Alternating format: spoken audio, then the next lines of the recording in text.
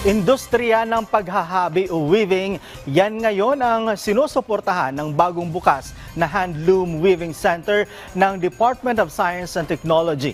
Alamin natin ang detalye sa report ni Rod Lagusad.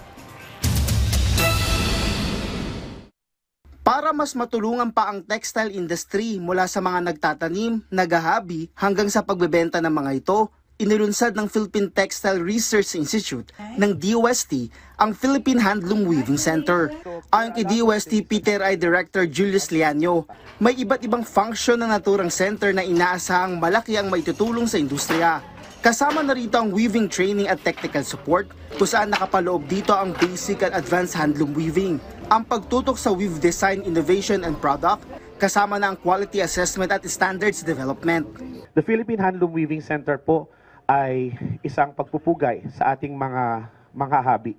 At the center of our innovations on handloom weaving are weavers, mga magsasaka, mga patuloy na nakaugnay ang buhay sa paghahabi. Hindi lang kwento, ito ang kanilang realidad sa kanilang mga komunidad. Binigyang din naman ni Secretary Renato Soledum Jr. na mahalaga na may nagsisilbing sentro pagdating sa handloom weaving.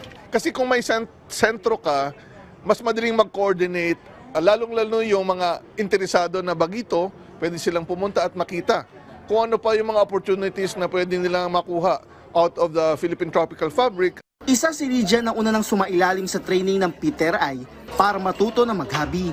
Kung sakali pong magkaroon kami ng center na sarili na ipagkakaloob ng ating mayor, bakit po hindi? Willing po kaming mag-work po doon. Patuloy naman ang pagsuporta ng pamahalaan, mapalokal man o national government. So every time we hold a piece of hand-woven fabric, whether it's the Inabel from Ilocos, the Tinalak from South Cotabato, the Hablon, or I call it Patajong, from my beloved province of Antique, I don't just see a piece of cloth. Each piece, each hand-woven fabric carries the unspoken stories of our people. Use Taguig po as your model city, and my commitment naman po is to deliver on our end para together we can promote yung atin pong mga local weaves in support po of this culture and tradition that is uniquely Filipino. Bukod dito, may koordinasyon din ang Philippine Handloom Weaving Center sa iba pang mga ahensya gaya sa Department of Trade and Industry para mapalakas pa ang textile industry ng bansa.